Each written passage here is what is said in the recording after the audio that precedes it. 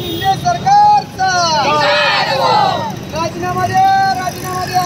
मुख्यमंत्री उपमुख्यमंत्री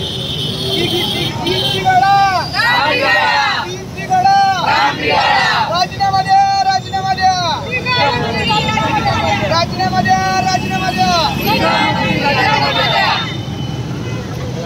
युवा नेतृत्व म्हणून या घटनेचा आम्ही निषेध करतो. बदलापूरमध्ये झालेल्या या घटनेमध्ये त्या पीडित मुलीची आई ही गर्भवती होती. तिला जवळपास 11 तास चौकशीसाठी चिमुकलीसह पोलीस स्टेशनमध्ये बसवून ठेवलं. ज्या लोकांनी आंदोलन केलं त्या लोकांवर 300 लोकांवर गुन्हे दाखल झाले, त्यांना 40 लोकांना अटक झाली. मला असं वाटतं ही सरकारची मुजोमदारी आहे की तुम्ही स्वतः जे भाजपचे संस्था चालक आहे आणि विशेष म्हणजे ही केस भाजप पक्षातून लढलेल्या वकिलांकडेच दिलेली आहे. मला असं वाटतं याला न्याय कितपत मिळेल हा प्रश्न आमच्या महिलांच्या मनामध्ये आहे. आमच्या महिलांचे तुम्हाला काळजी आहे म्हणून तुम्ही लाडकी बहीण योजना आणतात, तुम्ही साड्या वाटप करतात, पण ज्या कृष्णाने द्रौपदीचं वस्त्र हरण होऊ नये म्हणून तिची इज्जत वाचवली होती, त्या आमच्या बहिणींची इज्जत तुम्ही कशी वाचवणार? या चुमुकले तुमच्या मुली, आपल्या मुली यांची इज्जत तुम्ही कशी वाचवणार? म्हणून आम्हाला वस्त्र पण नकोय, तुमच्या साड्या नकोय आणि तुमची 1500ची भीक तर मुळीच नकोय. आम्हाला सुरक्षितता हवे. अकोला असेल, नागपाडा असेल, नाशिक असेल, लातूर असेल, या शहरामध्ये सुद्धा या प्रकारचे लहान 5 वर्ष 6 वर्ष मुलींवर अत्याचार होत आहे. परंतु हे जे घटना आहे ह्या दाबून टाकल्या येत आहेत.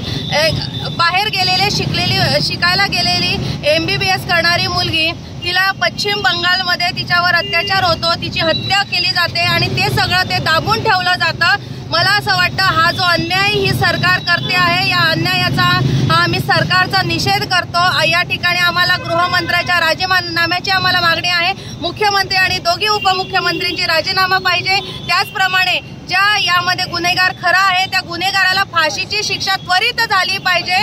हे लवकरात लवकर हे प्रकरण निकाली निघालं पाहिजे. मुख्याध्यापक असेल, शाळेचे संचालक असतील, यांच्यावर कडक कारवाई ही झाली पाहिजे, नाहीतर याच्यापेक्षा तीव्र आंदोलन या ठिकाणी छेडण्यात येईल. मी महानंदा पाटील, उद्धव बाळासाहेब ठाकरे शिवसेना जिल्हा संघटना.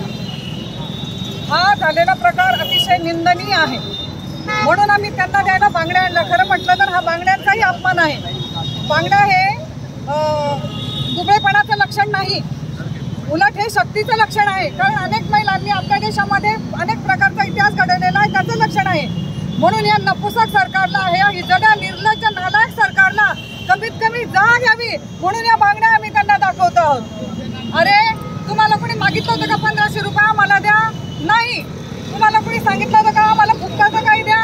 नाही, मागितलं नाही. फुकटाचं धान्य वगैरे देऊन लोकांना तुम्ही मिंदे करायचा प्रयत्न करता. लोकांना आळशी केलं आणि आळसामुळे लोकांना काम करायची गरज राहिलेली नाही आणि काम करायची गरज राहिलेली नसल्यामुळे ही त्यांची बुद्धी अशी दुसरीकडे भरकटत जाते आणि अशी बुद्धी भरकटत जाऊन हे दुष्परिणाम त्याचा अत्याचार झाला.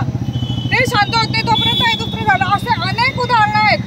आपण असं म्हणू की हे सगळं फार विचित्र होत आहे. असं जरी असलं तरी आज ही जी घटना झाली आहे, छोट्या छोट्या कळ्यांना कुस्करायचा प्रयत्न ज्यांनी केला त्या शाळेचा जो अध्यक्ष आहे मॅनेजिंग बॉडीचा, तो अध्यक्ष भाजपचा आहे आणि म्हणून त्याला संरक्षण देण्यासाठी त्यांनी त्यांची गुन्हा सुद्धा दाखल करून घेतला नाही. इतका नीच आणि निपक्करपणा या सरकारमध्ये चाललेला आहे आणि अशा पद्धतीने जर चालत असेल तर सर्वसामान्य नागरिकाला सुरक्षेची काहीच हमी राहिलेली नाही. मागणी काय आपली मागणी? आमची मागणी सगळ्यात महत्त्वाची ही आहे की बलात्काराला शिक्षा झालीच पाहिजे. या संस्थे चालकांवर देखील गुन्हा दाखल झाला पाहिजे कारण की त्यांनी CCTV वगैरेचे सगळे पुरावे नष्ट केले. पण सगळ्यात महत्त्वाचं म्हणजे हे जी मिंदे सरकार आहे यालाच नेस्तनाबूत केलं पाहिजे जनतेने. ही आमची सगळ्यात महत्त्वाची मागणी आहे.